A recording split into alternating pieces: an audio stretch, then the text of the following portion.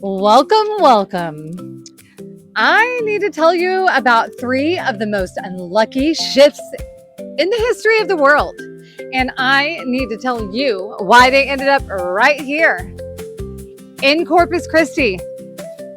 Where else? You know the story.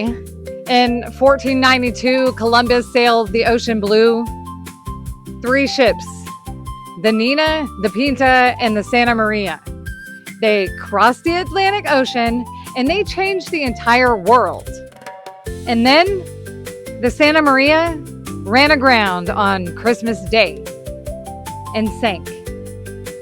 1492, the Nina and the Pinta made it back to Spain. And then they disappeared from history. Nobody knows what happened to them. Just gone. Now, fast forward 500 years. Spain decided to celebrate the 500th anniversary of Columbus's voyage. They commissioned exact replicas of all three of the ships, built by hand, meticulously researched, at a cost of over $6.5 million. The Nina, the Pinta, and the Santa Maria, all three sailed across the actual Atlantic Ocean. Again, they toured 22 ports in Europe. They toured 18 American ports.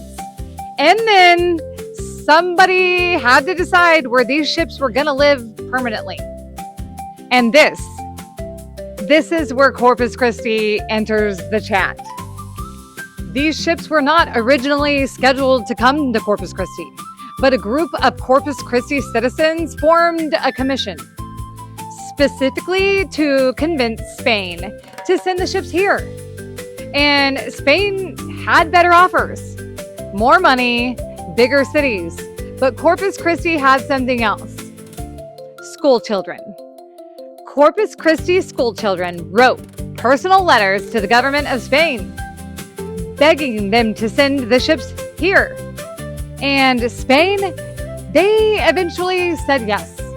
In March of 1992, the fleet arrived here in Corpus Christi for a visit.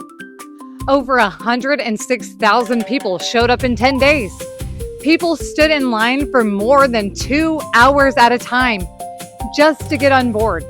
It was the largest crowd the fleet drew anywhere in the United States. The city was electric. So Corpus Christi said, we want to keep them permanently.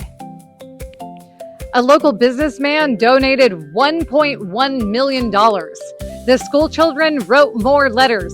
And in 1993, the Nina, the Pinta, and the Santa Maria, they officially came home here to Corpus Christi. And then everything went wrong. The ships arrived in 1993. The city immediately moved them to the cargo dock because a tropical storm was coming. Their luck did not improve from there.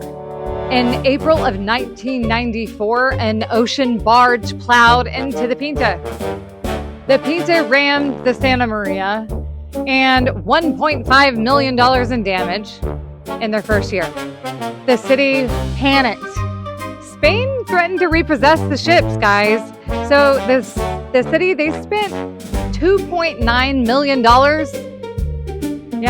building a giant concrete dry dock slab behind the museum to store the ships. Seemed reasonable. Except the original Spanish shipbuilder came to inspect the ships and said putting wooden ships on dry concrete slab was the worst thing that you could possibly do. Dry rot, it set in. Termites, they moved in. And the Santa Maria's hull turned green.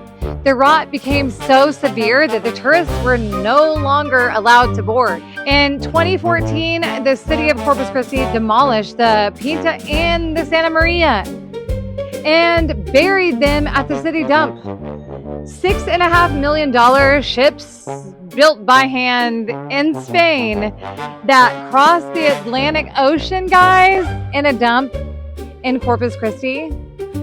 But the Nina survived. Volunteers, they restored her. They kept her floating in the marina, and she was the last one standing until Hurricane Harvey hit in 2017 and sank her. They raised her back up. She sank again in 2019. Columbus lost his ships in 1492 and lost them again right here in Corpus Christi.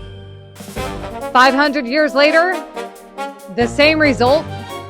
Some things, they never change.